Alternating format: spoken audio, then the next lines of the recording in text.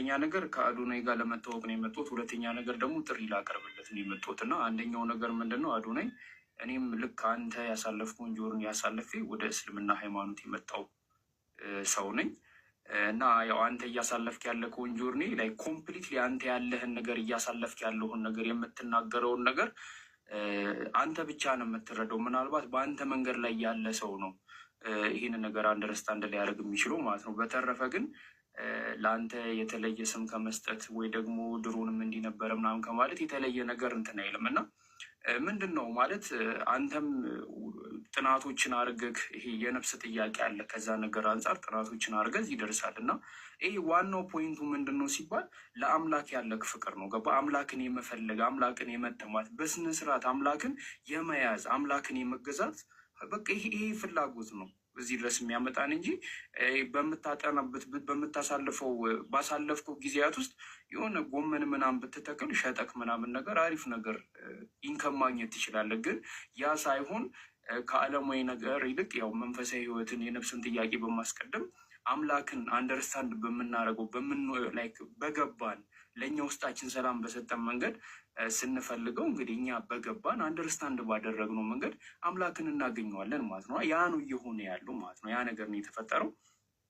አልሐምዱሊላ እኔ አምላኪን ልገዛው የምፈልገው ሰላም የሚሰጠኝን አምላኪን በትክክለኛ መንገድ አግኝቼው ለለፈውት ነገር ትክክለኛ በቃ ክሬዲት ተሰጥቶኛል ብዬ አምናለሁ እና ተመሳሳይ ነገር አሳልፈናል ብዬ አምናለሁ እና እያንዳንዶቹ እንደውም ያንተን ድምፁላ አስተጋባለሁ። ምክንያቱም በቃ እኔም እኮ እንዲህ ነበርኩ ምናምን ብዬ ምክንያቱም እኔም ወደ ቲክቶክ መንደር ስመጣ ክርስትና ሃይማኖት ላይ ያሉኝን ጥያቄዎች ለማስመለስ ነበረ። እንግዲህ ሳላስቡ ሙስሊም ሆናሉ ብዬ አንድ ቀን ማስብ ያለቅም ግን ያው በቃ የነፍስ ያሉኝን ጥያቄዎች ከዙረት የሚያስቆመኝን አሁን ደረስኩ የምልበትን ጠቅላላ መልስ እስልምና ስለሰጠኝ ነው ወደ እስልምና የመጣሁት ማለት ነው እና ይሄ ነው በቃ ፖይንቱ። ሌላ ምንም ነገር የለውም እና እዚህ ጋር የሆኑ ሰዎችን ለማሳነስ የሆኑ ሰዎችን ለማተለቅ ወይ ደግሞ የሆነ እንዴት ነው ፎሎወርስ ፍለጋዊ ተጽዕኖ ለመፍጠር የሚደረግ ነገር ሳይሆን የነፍስ ጥያቄ ነው። እኔ አሁን በጣም ብዙ ይሄ መንፈሳዊ ህይወት ላይ ያሉ ሰዎች የማይገባቸው አይ ቲንክ ከዛ እረፍት ይልቅ ይሄኛው አንዶቹን የማሳነስ አንዶቹን የማተለቅ ነገር ስላለ ብዙም ጊዜ እንተላለፋለን፣ አንግባባም። ግን ያው እኔ አዶናይንም ፊል ሳረገው እኔ የሚያለፍኩበት መንገድ ስለሆነ እኛ ይሄን መንገድ እኔ ተጉዣለሁ፣ አዶናይም እየተጓዘ ነው። ኢንሻላህ እኔ ለእስልምና እድል የምሰጠው ከሆነ ሙስሊም እንደምትሆን እርግጠኛ ነኝ እኔ ምክንያቱም እነዛ መልሶችን እንደሚሰጥ በጣም እኛም ታግለናል ብዙ አመት ማለት ነው እና እኛ ለዛ ሳይሆን አዶናይም ለዛ አይመስለኝም እርግጠኛ ነኝ። ግን የነፍስ ጥያቄ አለበት። አምላክን በጣም ይወዳል። ሰምቻችኋለሁ ቪዲዮዎቹን። አምላክን በትክክለኛው መንገድ ነቢያቶች ሲከተሉት በነበረው መንገድ መከተል ይፈልጋል። ስለዚህ ያንን ነገር እያደረገ ነው ማለት ነው እና ምን ይባላል አባባሉ ወዲህ ወዲያ ያለች ውሻ ለአፏ ሊጥ ወይ ለወገቧ ፍልጥ አታጣም እየተባለው እና ቁጭ ካለ ወዲህ ወዲያ ያለ የተሻለ ነው። ይኸው ማለት ሰው ነው። ሰው አህያ አይደለም። አህያ ነው የተጫነበትን ምንድን ነው ሳይል በቃ መቀሌ ድረስ ብትነዱ ተሸክሞ ይሄዳል አህያ ማለት ነው። ወርቅም ቢሆን ቄቤም ቢሆን ድንጋይም ቢሆን ማለት ነው። እኛ ደግሞ አህዮች አይደለንም። ያው ሁሉም ነገር አይጫንብንም። ስለዚህ ኩዌስችን እናደርጋለን የተጫንብንም ላይክ ክርስቲያን በሆንበትም ሰዓት ሳይሆን እስልምናም ላይ ባለንበት ጊዜ ገብተንም ይብን የሆነ ቅር እያለን ወይ ደግሞ ሌሊት ላይ እንጸልይበታለን ወይ በጾም የሚፈታ ነው ብለን የምናልፈው ነገር የለም። ኩዌስችን እናደርጋለን። ያንን ነገር ሊመለስልንና አንደርስታንድ ልናደርጉ ይገባል። ካልሆነ ግን ሰላም አይኖርም እና እየተቀበዘበዙ እየተጠራጠሩ ደግሞ አምላክን መገዛት አስቸጋሪ ነው የሚሆነው። በጣም አስቸጋሪ ነው። በፍርሃት እንኳን ከአምላክ ጋር ይቀርና ከሰው ጋር በፍርሃት ግንኙነት መፍጠር አይቻልም። ገባችሁ አይደለ? ሰው ጠላቴ ነው አይደለም እያላችሁ ከሰው ጋር ግንኙነት መፍጠር በጣም አስቸጋሪ ነው የሚሆንና ስለዚህ ከዚህ አንጻር የዚህ የነፍስ ጥያቄ ስላለብን ይህን ሁላ እርምጃ የተራመድ ነው ማለት ነው እና አዶናይ ከዚህ በፊት እንዳለው እኔ የክርስቶስ አምላክነትን መካድ ለእኔ ምን ያህል በጊዜው ከባድ እንደነበረን ያውቃሉ። እስልምና ሃይማኖት መቀበል ለእኔ ከባድ ነበረ። ምክንያቱም የአረብ ሃይማኖት ነው ብዬ ነው የማስበው። ኢትዮጵያዊ ነኝ። ከኢትዮጵያዊነት አንጻር ስለ ኦርቶዶክስ ሃይማኖት ነበርኩ። እንዴት ያሉ ነገሮች እንዳሉ ታውቃላችሁ። ገባችሁ አይደለ? ስለዚህ እኔ እንዲሁም እስልምና መቀበል በጣም ከባድ ነው ብያችኋለሁ። ከሱ ይልቅ ከክርስትና መውጣት ለእኔ በጣም ከባድ ነበረ። በህይወቴ በጣም ብዙ ላይፍ ስታይልን መቀየር እኔ አሁን አዶናይም በጣም ነው የማደንቀው፣ ምክንያቱም ምን እንደነበረ እናውቃለን። አሁን በዚህ ደፍሮ ማለት ነው እውነትን አስቀድሞ እንዲህ በመውጣቱ ምን ያህል ሰዎች አጌነስት እንደሚሆኑበት ይህ ግልጽ ነገር ነው እና እሱ ግን ለፈጣሪ ያለውን ነገር ነው ያስቀደመው ከዓለም ይልቅ ማለት ነው እና ከዚህ አንጻር ልትደነቅ ይገባል። እና አዶናይ በዚህ አጋጣሚ ሴሚናሪ ተምረሃል? እዛም ማቀ ከሆነ ሜቢ እኔም ስለተማር ብዙ ጊዜ መጣ ነበር። ምናልባት በዛ አይተኝ ሊሆን ይችላል። ያው ብነግርህ አሁን የምታውቃቸው ልጆች አሉ እማቀቅ ይመስለኛል። እዛ እኔም ጊታር ተማሪ ነበርኩኝ። ሜቢ ልንተዋወቅ እንችላለን። ሲሪየስሊ አልተማርኩም ሴሚናሪ፣ ግን ወደዛ አቀናለሁ እና ልታይ። እሺ ኤኒሃው ምንድን ነው ወደ ሁለተኛ ዣይ በዚህ አጋጣሚ እንደው አሁን አንዲት ነገር ልበል። አሁን ነቢያቶች አምላክን በተከተሉበት ባመኑበት ባመለኩበት መንገድ ብልሃል እና የነቢያትና የሐዋርያት የነቢያት አምላክ ማን ነው በሚለው ርዕስ የውይይት ጥሪ ትቀበላለህ? የነቢያት አምላክ በሚለው ርዕስ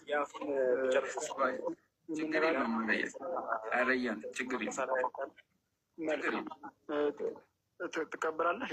አሁን ሌላ ጊዜ ምን ታደርጋለህ መሰለህ? ቤት ናና ማውራት እንችላለን። የውይይት ጥሪ ውስጥ መግባት አያስፈልግም። አይ ከውስጥ ምን የሚያስገባ ነገር የለም። ምንም የሚያስገባ እኔ ቤት ና እኮ አላልኩም። እኔ ቤት እኮ እሺ፣ አንድ ከውስጥ ነው ያልኩህ። እሺ፣ አውራና እኔም አንተ ቤት አልመጣም። አይ እኔም አንተ ቤት አልመጣም፣ አንተም እኔ ቤት አትመጣም። ማንም ቤት አይመጣም። ሁለታችንም ቤት እንከፍታለን በኮሆስት። ከዛ በኋላ የነቢያትና የሐዋርያት አምላክ ማን ነው? እውን አላህ የነቢያት አምላክ ነው ወይ? ከጥንት የነበሩ ነቢያት አላህም የቁርአኑን አላህ ያመልኩት ነበርን በሚለው ርዕስ ላይ ኢንተርናልና ኤክስተርናል ኤቪደንሶችን ጠቅሰን እንነጋገራለን። እኔም አንተ ቤት አልመጣም፣ አንተም እኔ ቤት አትመጣም። እኔ ቤት ና ብዬ አላስገድድህም። ሁለታችንም ከውስጥ እንገባለን፣ እንወያያለን። ምን ታስባለህ? ፌር ሊሆን ጨረስ። አንደኛ ነገር አዶናይን ላወራ ነው የመጣሁት። ሁለተኛ ነገር ደግሞ እዚህ ነገር ላይ ማውራት ከፈለግ ስለፈለግ ና እኔ ቤት መጥተህ ማውራት እንችላለን። ኢኳል ግራውንድ በሆነ ላይ አታወራም? ይሄ ኢኳል በሆነ ግራውንድ አታወራም? የግድ አንተ ቤት መምጣት አለብን?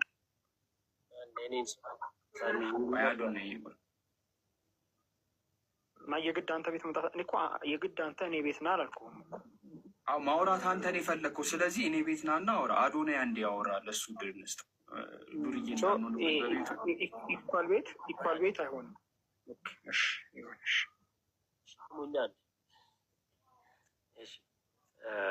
ሀሳቦችን እያነሳን የተለያዩ ጉዳዮች ላይ እንወያያለን።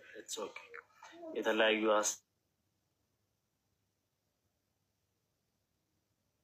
ዛሬ ስለሆነ እኔ አሁን ኦልሞስት ያለኝ 15 ደቂቃ ምናምን ነው። 11 ሰዓት መውጣት አለብኝ።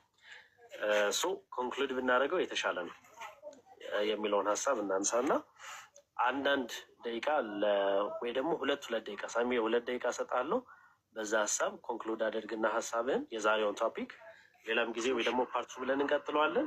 እኔ ግን ሀሳብ ነበር ኮንክሉድ ላድርግና እኔ ጃቢ ኮንክሉድ ላድርግና እኔ ተቀጥላል። ሳሚ እሱ ስላልጨረሰ ጃቢር ስላልጨረሰ እናስጨርሰውና ወደ አንተ መጣለሁ። መሀል ለመቆለጥ ቀጥል። ወደ እሱ ቀጥል። 2 ደቂቃ ሰጣለሁ ጃቢር። ችግር የለውም። አነሰ በጣም ቁጭ ብዬ ስጋት ነበር ረጅም ሰዓት ግን ይሁን ችግር የለውም። መጀመሪያ ጃቢርን ቴንኪው ማለት እፈልጋለሁ። አንደርስታንድ እንዳደረከኝ ፊላድ ምናልባት ያሳልፈው ጀርኒ ተመሳሳይ ሊሆን ይችላል። ቴንኪው ሶ ማች አንደርስታንድ ስላደረከኝ። እናወራለን። እኔም እስላሚክ የሆነውን ሀሳቦችንም ደግሞ ከማጥናት ወደኋላ አለንም ባይዘው እዛ ላይ የሚጎረብጡኝን ሀሳቦች እንደዛ ነው ደግሞ ብዬ የማነሳቸውን ሀሳቦች ደግሞ እንደዚሁ በፍቅር እንወያያለን። አላማችን እውነትና እውነት እስከሆነ ድረስ ጃቢር ቴንኪው፣ አመሰግናለሁ። ሀሳብህን መቀጠል ይችላል። የሚረብሽ ድምፅ አለ መሻ ከሚዩት ካረኩ የሚስተካከል ይመስለኛል። እሺ አይ ቲንክ የሚረብሽ ድምፅ አለ አሉ። አንተ ጋር ሚዩት አድርገውና ልቀጥል። ከዛ እኔ እንትን ስል እንትን ያስተጋባል። እሺ እና ይሄ ነው ያለው ነገር። ምንድን ነው አዶናይ በሁለተኛ ነገር የመጣሁበት ምክንያት ምንድን ነው?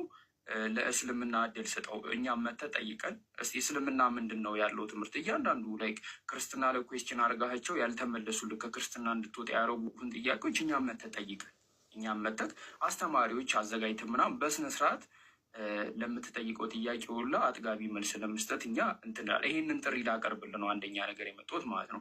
እና የመጨረሻው ሀሳቢ ከቅድም ጀምሮ ስታወሩበት የነበረው ነገር እኔም ጥያቄ የነበረ ነገር ስለሆነ አንድ ደቂቃ ውስጥ እንትን እላለሁ እና ምንድነው ጅብ ሰው ይበላል፣ ጅብ ሰው ይበላል እና ጅብ ሰው እንዲበላ አድርጎ የፈጠረው ፈጣሪ ነው። ስለዚህ ጅብ አሁን ሰው በላክ ብሎ ፈጣሪ የሚጠይቀው ከሆነ አስቸጋሪ ነው የሚሆነው። ምክንያቱም ጅብ ሰው እንዲበላ አድርጎ ከፈጠረው በኋላ ፈጣሪ እንዴት ሰው ትበላለህ ብሎ መጠየቅ ከባድ ነው የሚሆነው እና ላይክ እንደ ክርስትና ሃይማኖት አንድ ሕፃን ልጅ ንጹሕ ሆኖ የመፈጠር ነፃ ፍቃድ ታለው ተብሎ አይታመንም እና አንድ ሰው ወይ ጥንተ አብሶ ሊሆን ይችላል ወይ የውርስ ኃጢአት ሊሆን ይችላል። እነዚህ ነገሮች ማንነት ይዞ ለመወለዱ ማን ኃላፊነቱን እንደሚወስድ አይታወቅም። በቃ ምንም በማታውቁት ነገር እዚህ ነገር ውስጥ ተዘፍቃችሁ ነው የምትወለዱት፣ በዛ ነገር ትጠየቃላችሁ ማለት ነው። በዚህ አጋጣሚ አንደኛ ቆሮንቶስ ምዕራፍ 15 ቁጥር 22 ላይ እንዲህ ይላል፣ ሁሉም በአዳም እንደሚሞተው እንዲሁ ሁሉም ደግሞ በክርስቶስ ሕያው ይሆናል ይላል እና ምንድን ነው የሰው ልጆች ጠቅላላ በአዳም ያለ ምርጫቸው ይሞታሉ፣ ምንም ሳያረጉ ማለት ነው። በግዴታቸው ምርጫም የላቸውም፣ አልተፈቀዱም። ግን በክርስቶስ ደግሞ ይድናሉ ይላል። ስለዚህ ምንድን ነው ፖይንት ኔ ኦኬ፣ አንደኛ ነገር ያለምንም ነፃ ፍቃድ በግድ እንደዚህ አይነት ኮንዲሽን ውስጥ መፈጠራቸው ይሄ ጥያቄ ምልክት ውስጥ ያስገባል። እንዲህ ውስጥ ይሁንና በዚህ ተፈጠሩ እንኳን ቢባል ያለ ምርጫችን በአዳም እንደሞት ነው ሁሉ ያለ ምርጫችን በክርስቶስ መዳን መቻል ነበረ። በቃ በሁለቱም ላይ የኛ ተሳትፎ ሊኖርበት አይገባም ነበር እና ይሄ አንዱ ትልቅ ኩዌስችን የማደርገው ነገር ነው። በክርስትና ሃይማኖት አንድ ሰው ንጹሕ ሆኖ መፈጠር አይችልም። ወይ የተረገመ ነው ወይ ኃጢአትን ወርሶ ወይ ደግሞ ጥንተ አብሶ ኖሮበት ነው የሚፈጠረው። እዚህ ኮንዲሽን ላይ ነው የሚፈጠረው ምንም ሳያደርግ ማለት ነው። ምንም በማያውቀው ነገር ግዴታ ነው በቃ ክርስትና ላይ ማለት ነው። በእስልምና ሃይማኖት ግን እንደዚህ የለም። ሁሉም ሰዎች ሲፈጠሩ ንጹሕ ሆኖ ነው የሚፈጠሩት። በተረፈ አዶናይ ለእኛ እድል ስጠን፣ ለእስልምና እድል ስጠንና እስልምናን ደግሞ እስቲው ባጠናህበት እንዲህ በጣም ዘልቀቅ ስለ ክርስትና ምናምን ባጠናህበት እንትን እስቲ ለእስልምናም ጊዜ ስጠው ትንሽ ማለት ትንሽ ስጠውና እስቲ እስልምና ምንድን ነው የሚያስተምረው? እውነት እኔ ላልኝ ጥያቄዎች መልስ ይሰጡኛል የምትለውን ነገር ያው ዝም ብለህ አይተን ባትተሆን አሪፍ ነው። እድል ለእኛም ስጠንና ኢንሻላህ ሁሉንም መልስ ታገኛለህ ብዬ አስባለሁ። በቁርአን አንድ ጥቅስ አነብና ጨርሳለሁ። ቁርአን ላይ አምላካችን አላህ ምዕራፍ 17 ቁጥር 36 ላይ እንዲህ ይላል፣ ለእናንተ በእርሱ ላይ እውቀት የሌለህን ነገር አትከተል፣ መስሚያም ማያም ልብም እነዚህ ሁሉ ባለቤታቸው ከእነሱ ተጠያቂ ነውና ይላል። ስለዚህ አምላካችን አላህ ምን ይለናል? እኛ እውቀት ያላችሁን ነገር ነው ተከተሉ የተባለው። ምክንያቱም ማያም መስሚያም ልብ እነዚህ ሁሉ ባለቤታቸው ተጠያቂ ነው ይላል። ሰምተህ ነበረ፣ አውቀህ ነበረ፣ አይተክ ነበረ ብሎ አላህ ይጠይቃል።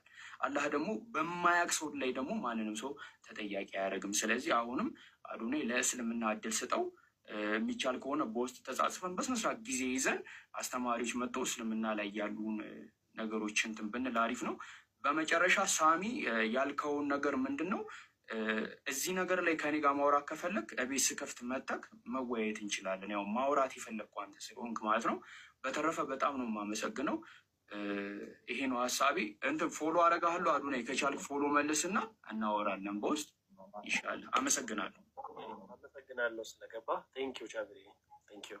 ኦኬ፣ መጀመሪያ አሁን የኔ ሰዓት ነው። ምንድን ነው የእግዚአብሔርን ሀሳብ ላይመርጡ የሚችሉበትም ምክንያት ነገር ነጻ ፍቃድ ስላላቸው ስላልፈለጉ ሲምፕሊ ስላልፈለጉ ሲምፕሊ በቃ መምረጥም ይችላሉ፣ አለመምረጥም ይችላሉ። መከተል ስላልፈለጉ ጌታን ማመን ስላልፈለጉ ዳትሲት በፍሪ ተጠያቂ ማወቅ ስለማየት ሮሜ አንድ ላይ እንደዛ ነው የሚለው። ሮሜ አንድ ላይ እንደዛ ነው የሚለው። ሊያውቁት ባልፈለጉ መጠን ይላል። ስለዚህ ስላልፈለጉ ነው እንጂ ተገደዋል። ስላልፈለጉ ሲነር ሆኖም እንኳ ጌታ ማመን ይችላል። ኃጢአት አይደለም። አይደለም። እኔ ኃጢአተኛ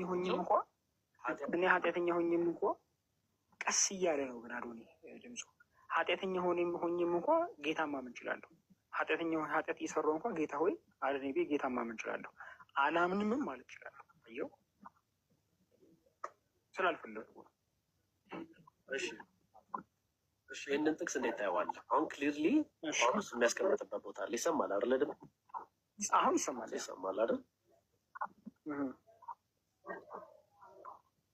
ዕብራውያን ሀሳብ አለ። ቁጥር ስንት? ዕብራውያን 3:12 ልክፈተው። ኦኬ ዕብራውያን 3:12 እሺ። ወንድሞች ሆይ ምናልባት ሕያው እግዚአብሔርን የሚያስክዳችሁ ይላል፣ ክፉና የማያምን ከእናንተ ከአንዳችሁ እንዳይኖር ተጠንቀቁ። ነገር ግን ከእናንተ ማንም በመታለል እልከኛ እንዳይሆን ዛሬ ተብሎ ሲጠራ ሳለ በእያንዳንዱ ቀን እርስ በርሳችሁ ተመካከሩ ይላል። አሁን ልክ በግልጽ ይናገራል። እልከኛ የሚያደርጋችሁ ኃጢአት በእናንተ እንዳይኖር ተጠንቀቁ። ስለዚህ ማንን የሚያስክድ? እግዚአብሔርን የሚያስክድ በእናንተ ውስጥ በኃጢአት መታለል እልከኛ እንዳይሆን ይላል። ልባችሁ። ስለዚህ ኃጢአት የሚባል ጉዳይ እግዚአብሔርን የሚያስክድ ነው፣ እልከኛ የሚያደርግ ነው። እዛው ጳውሎስ ደግሞ ሮሜ 7 ላይ ሲናገር ምን ይላል? ሮሜ 7 ከ8 ጀምሮ ማንበብ እንችላለን። ኃጢአት ግን ምክንያት አግኝቶ ሞኝነት፣ ስሙት በደንብ እዚህ ጋር። ኃጢአት ግን ምክንያት አግኝቶ ምኞትን ሁሉ በትእዛዝ ሰራብኝ ይላል። ምኞትን ሁሉ በትእዛዝ ሰራብኝ። ወረድ ብሎ ሀሳቡ ተመሳሳይ ስለሆነ 11 ላይ ኃጢአት ምክንያት አግኝቶ በትእዛዝ አታሎኛልና በእርሷም ገድሎኛልና ይላል። ማነው እንዳይወራ ያደረገው? ኃጢአት ምክንያት አግኝቶ በትእዛዝ አታሎኛልና በእርሷም ገድሎኛል ይላል። ገዳዩ ማን ነው? ኃጢአት። ማን ያታለለው? ኃጢአት። ዕብራውያን 3 ላይ ማን ነው እልከኛ ያደረገው? ኃጢአት። ከዛ እንሂድ። ሕግ መንፈሳዊ እንደሆነ እናውቃለን ይላል። እኔ ግን ከኃጢአት በታች ልሆን የተሸጥኩ የስጋ ነኝ። ከኃጢአት በታች እንደሆን የተሸጥኩ የስጋ ነኝ ይላል። አሁን እያስክልኝ ፖይንቶቹን። እሺ፣ በኃጢአት ምክንያት አግኝቶ አታሎታል። አንድ። ሁለተኛ ደግሞ ኃጢአት ምክንያት አግኝቶ ምኞትን ፈጥሮበታል ኃጢአት። ሶስተኛ ደግሞ ሕግ መንፈሳዊ እንደሆነ እናውቃለን፣ እኔ ግን ከኃጢአት በታች ልሆን የተሸጥኩ የስጋ ነኝ ይላል። የተሸጠ ነው ለኃጢአት። አራተኛና ዋናው ፖይንት ጋር ደግሞ ስንሄድ የማልወደውን ግን የማደርግ ከሆንኩ ሕግ መልካም እንደሆነ መሰክራለሁ። ከዛ የማደርገውን አላውቅምና የምጠላውን ያንን አደርጋለሁ፣ ዳሩ ግን የምወደውን እርሱን አላደርገውም ይላል። ምክንያቱም ለኃጢአት የተሸጠ ስለሆነ፣ ለኃጢአት ባሪያ ስለሆነ ማለት ነው።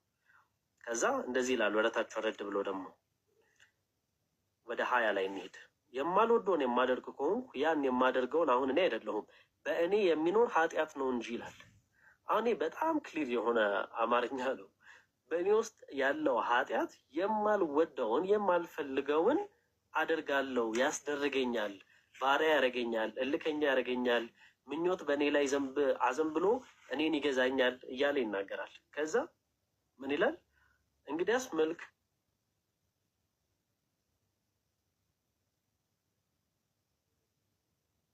መልካሙን አደርግ ዘንድ ስወድ በእኔ ክፉ እንዲያድርብኝ ሕግን አገኛለሁ ይላል። አሁን ክሊርሊ የምናየው ጉዳይ አለ እዚህ ጋር።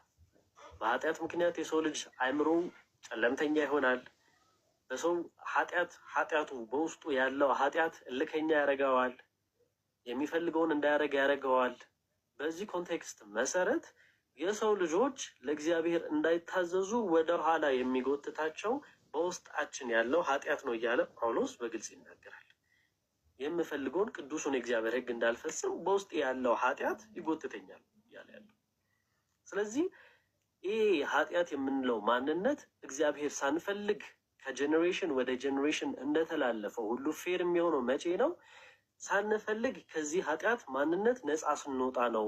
ምክንያቱም ይሄ ኃጢአታዊ ማንነታችን በራሱ እግዚአብሔርን ፉሊ ኤክስፒሪየንስ እንዳናደርግ የሚጎትት አንድ መሰናክል ስለሆነ፣ ለዛውም አንድ ብቻ እንድናቀለው አልፈልግም። ባይዘወይ በጣም ትልቅ መሰናክል ስለሆነ ይህ ኃጢአታዊ ማንነት እዚህ ምድር ላይ የምታየው ሰዎች ሁሉ አንድ እውነት ላይ ተሰብስበው 4000 አይነት ሃይማኖት ተከፋፍሎ ክሬት ተደርጎ ሰው በተለያየ መንገድ የራሱን አስተሳሰብና የራሱን አገነዛዘብ ሲያስተምር ሲረዳ በራሱ መንገድ እግዚአብሔር ብሎ ሲያስብ ያለው ይህ ኃጢአታዊ ማንነቱና የራሱ አመለካከት በገፋው መንገድ ስለሚሄድ።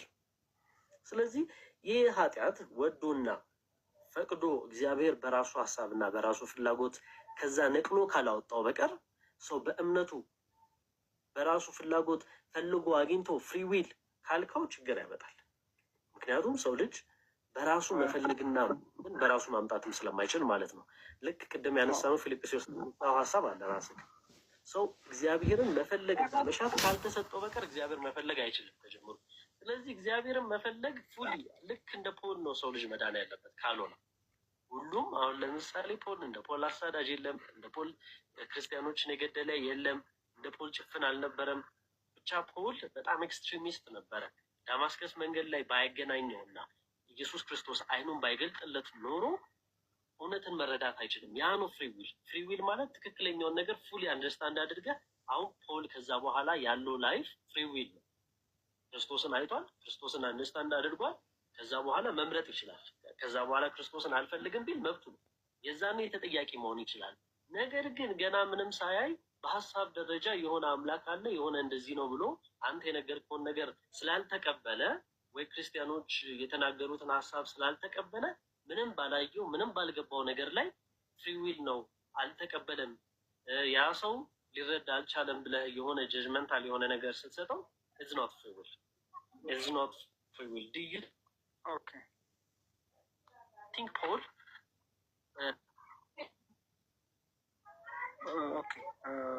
ረዥም ሀሳቦች ተነስተዋል። ከዕብራውያን 3 እንጀምር።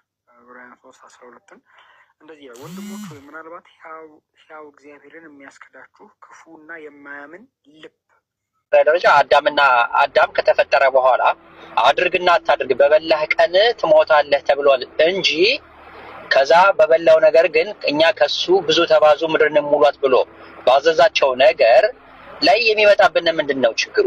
ሊመጣብን አይገባም። ምክንያቱም አዳም ራሱ ከመሳሳቱ በፊት ነው ብዙ ተባዙ ምድርን ሙሏት ብሎ አምላክ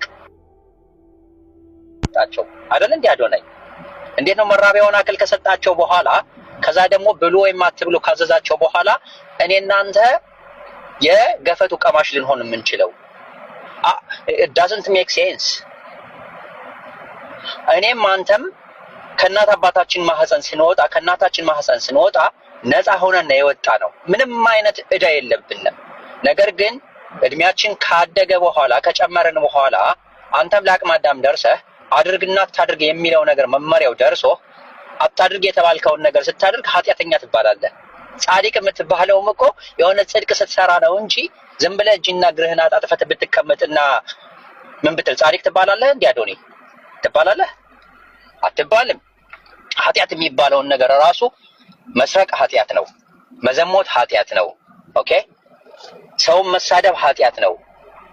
የሌላ ሰው የባልንጀራህ ሚስት በኋላ ድርጊቱን ሳደርገው ነው ኃጢአተኛ የሚባለው እንጂ ጭራሽ ባላደረኩት ነገር ወራሽ አልሆንም።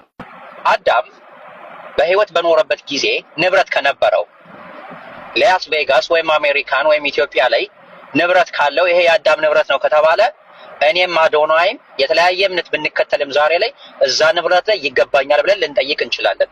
ምክንያቱም እሱ አባታችን ስለሆነ ራይት። አይገባም እንዴ አዶኒ? እሱ ባደረገው ድርጊት ግን እኔ እናንተ ልንከፍል አይገባም፣ ልንጠየቅም አይገባም።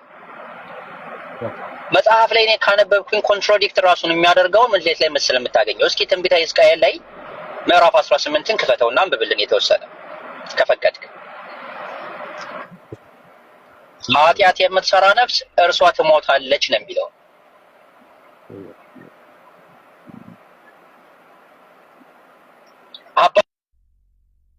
አባቱን ኃጢአት አይሸከምም። ነገር ግን አለ የጻድቁ ጽድቅ በራሱ ላይ ይሆናል፣ የኃጢአተኛው ኃጢአት በራሱ ላይ ይሆናል ብሎ ከተናገረ በኋላ ለምንድን ነው የአዳም ኃጢአት አለባችሁ የምንባለው?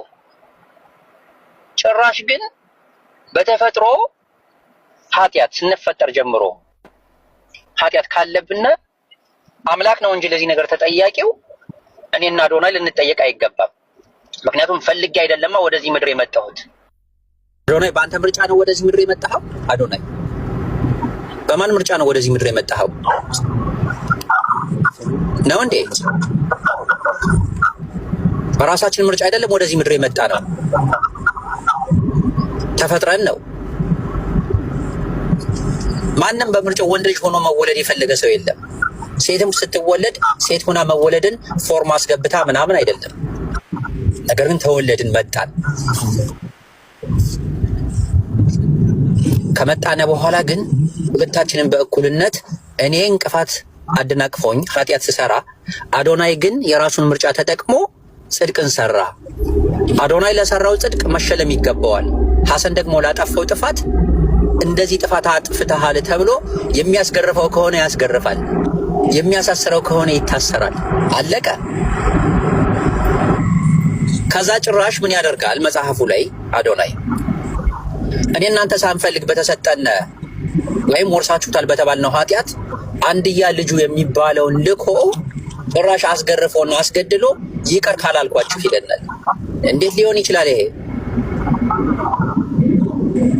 እሺ ይሄ ራሱ ክፍያው ነፃ ሆኖ እያለ ማለት ነው አዶናይ ክፍያው ራሱ ነፃ ሆኖ እያለ ክፍያው ተከፍሎልኛል ብለህ ስታምን ነው አንተ ራሱ የምትድነው ብሎ ሌላ ፎርም እንድትፈርም ያመጣልሃል።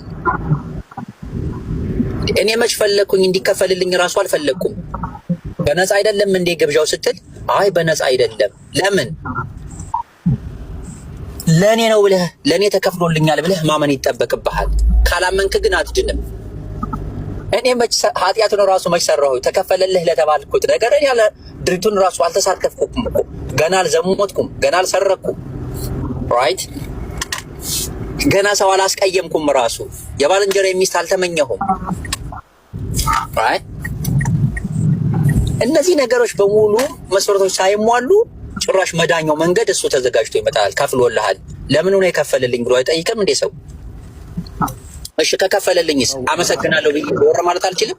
አዶኒ አንተ አሁን ከፍዬልሃለሁ ካልከኝ አመሰግናለሁ ብዬ ዘወር ማለት ነበረብኝ አልነበረብኝም?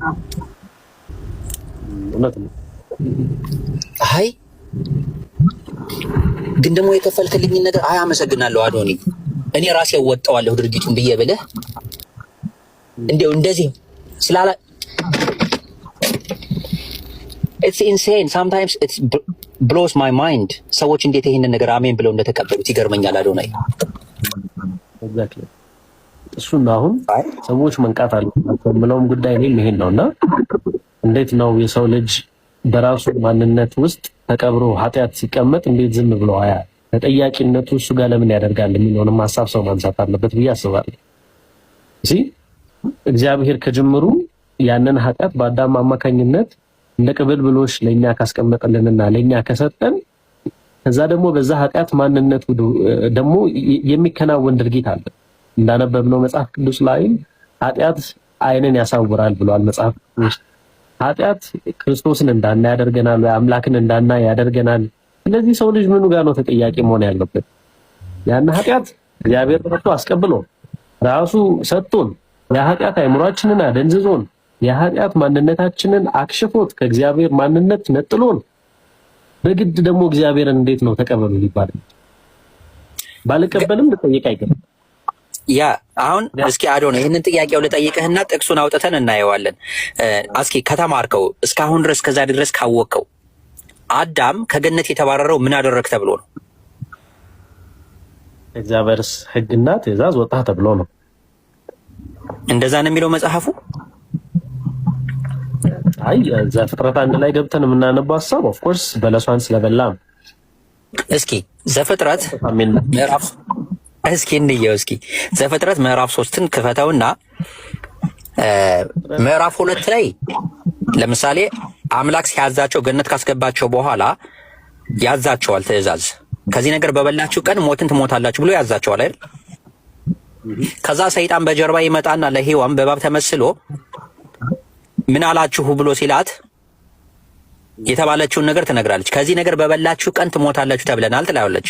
ሰይጣን ምንድን ነው የሚላት? አይ ሞትን አትሞቱም አላት።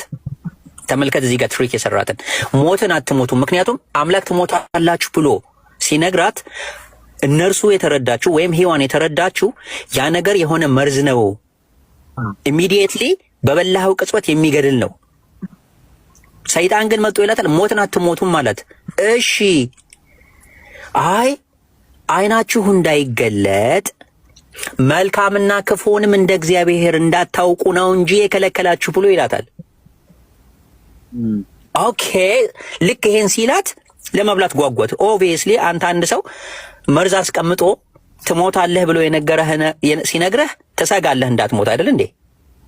ነገር ግን አንድ ሌላ ሰው ደግሞ መጥቶ አይ ሞትን ይሄማ መርዙ የሚገድልህ አይደለም፣ ነገር ግን ኮንሸስነስህን የሚያነቃ ነው፣ አይንህን የሚገልጥ ነው ብሎ ሲነግረህ ብድግ አድርገህ ትበለዋለህ።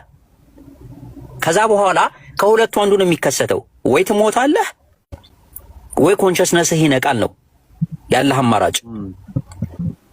ልክ በበሉት ጊዜ ምንድነው የተከሰተው? አዶኒ አይናቸው ነው የተገለጠው። እውር ስለነበሩ ነው እንዴ? እውር አልነበሩም። ነገር ግን የተገጠመላቸውን ነገር ሴቷም እንደ ሴት ወንድም እንደ ወንድ የተገጠመላቸውን ነገር የማስተዋሉ ኮንሸስነስ ንቃተ ህሊናው አልነበራቸውም ነው ጉዳዩ። በበሉት ጊዜ ልክ ሲያስተውሉ የተገጠመላትን ለሱ የተገጠመለትን ስታይ እሱም ደግሞ ለሱ የተገጠመለትን ሲያይ ተፋፈሩ። አልተፋፈሩም እንዴ? ንቃተ ህሊናቸው የሚጀምረው ከዛ ነው። ልክ እግዚአብሔር ይመጣና ይጠይቃቸዋል። ገባክ አይደል? አንድ አሁን ማን ነው ልጅ እያለን ህፃን እያለን ከሰፈር ልጆች ጋር ወንዝ ወርደን ራቁትን ያልወኘ ሰው አለ እንዴ? አዶናይ ዋኝተህ አታውቅም? እኔ ዋኝቻለሁ። ወንዝ ዳር ሄደን እንተፋፈር ነበር? አንተፋፈርም። ለምንድን ነው ማንተፋፈረው? አንጠልጥሎ እኮ እናየዋለን አይደል እንዴ? አንተፋፈርም። ነገር ግን ንቃተ ህሊናችን ኦቨር ታይም ዲቨሎፕ ሲያደርግ ስናድግ መሸፈን እንዳለብን ራሱ እንነቃለን። that's the understanding the bible። ብዙ ሰዎች ከዛ እግዚአብሔር መጡት አትብሉ የተባሉትን ነገር እንደበሉ ያውቃል። ልክ መደበቁን እግዚአብሔር ያውቅና ከዛ ነገር በላህ እንዴ ብሎ ነው የሚጠይቀው።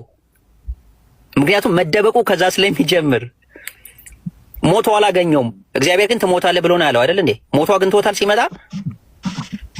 በተቃራኒ ግን ሰይጣን ያለው ክስተት ነው የተከሰተው፣ እግዚአብሔር ያለው ክስተት ሳይሆን ማለት ነው።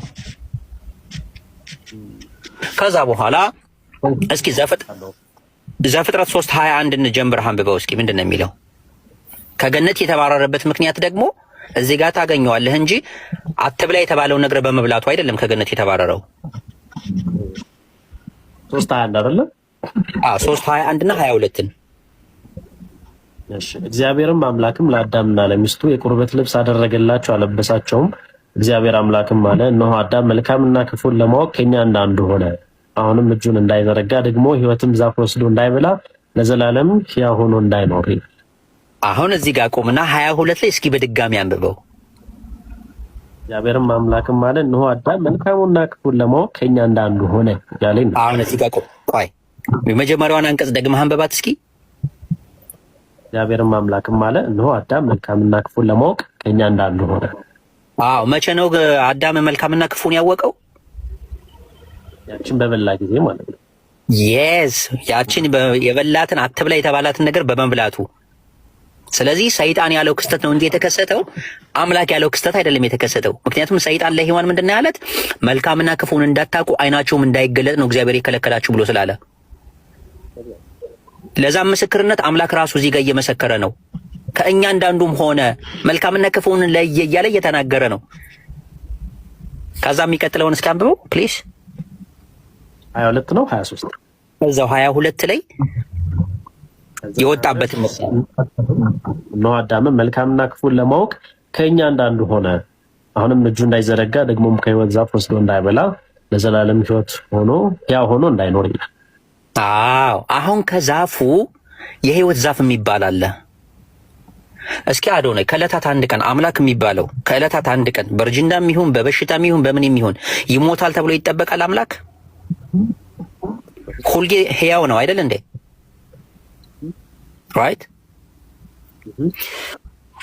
አዳም ከሕይወት ዛፍ ቢበላ ኖሮ ማለት ነው አምላክ ትቶት እንዲበላ ቢፈቅድለት ቢበላ ኖሮ ምን ይሆን ነበር አዳም ይላል መጽሐፉ ላይ? ለዘላለም ሕያው ሆኖ ለዘላለም ሕያው ሆኖ እንዳይኖር አይልም? ምክንያቱም ከዛ ነገር ቢበላ ለዘላለም ሕያው ይሆናል። ሞት የሚባል ነገር አይሞትም ነው። ስለዚህ ሞት ደግሞ የማይሞት ከጊዜ በኋላ ከዘመናት ርዝመት በኋላ አይሞትም ተብሎ የሚጠበቀውና የሚገመተው አምላክ እንጂ ሌላ ፍጥረት አይደለም። ስለዚህ አዳም ቢበላ ማለት ነው ስንት ህያው ለዘላለም የሚኖር አለ? 2። ስለዚህ ባላንጣውን ያገኛል ማለት ነው አምላክ። ናይስ። ከዛ አምላክ ጭራሽ ያንን ቦታ ምን ያስደርገዋል? በመላእክ ያስጠብቀዋል፣ ሰይፍ በያዙ መላእክ። ለምን? አዳም ተመልሶ መጥቶ ገብቶ እንዳይበላ ፈርቶ ሰግቶ እንዳይገባ ድጋሚ እንዳይገባ ሰይፍ በያዙ ፈርቶ እንዳይመጣ። ኦብቪየስሊ ይሄንን ሎጂካል በሆነ ሴንስ ማለት ነው። አሁን አንተ ያለህበት ቤት በር አለው፣ ግቢ አለው። ግቢህን በደንብ አድርገህ ታጠናክራለህ። የሽቦ አጥር ራስኩ የኤሌክትሪክ አጥር ምናምን ታደርጋለህ። ጭራሽ የኤሌክትሪክ አጥር ሁላ ምናምን አድርገህ ትልቅ ግቢ ውስጥ እየኖርክ ደግሞ ዘበኛ ቀጥረህ ደግሞ ታስቀምጣለህ። ሌላ ዘበኛ ማለት ነው። ሌባው እንኳን አጥር እንኳን ሰብሮ ቢመጣ ዘበኛውን አይቶ ፈርቶ አይመለስም እንዴ? ልክ በዛ መልኩ ነው አምላክ ያንን ቦታ ማስጠበቅ የጀመረው አዳምን ካስወጣ በኋላ። ኦኬ ኦብቪየስሊ በሌሎች አዶኖ ከየትኛው ቤተ እምነት እንደሆንክ ባላቀም በሌሎች መጽሐፍቶች እኮ በኦርቶዶክስ እንድምታ ትርጓሜ ላይ ብትሄድ ማለት ነው ይሄንን ነገር አምላክ ቦታውን ያስጠበቀበትን ምክንያት ሲናገር ማለት ነው አያምነውም። አዳም ተመልሶ መጥቶ ገብቶ ሊበላ እንደሚችል ስለሰጋ ነው አምላክ ያንን ቦታ በመላእክ ሰይፍ በያዙ መላእክ ማስጠበቅ የጀመረው እያለ ይናገራል እንድምታ ትርጓሜ ላይ። ሌላ ጊዜ እስኪ በሰፊው እናወራለን። ጊዜህን እንዳልበላብህ እጅግ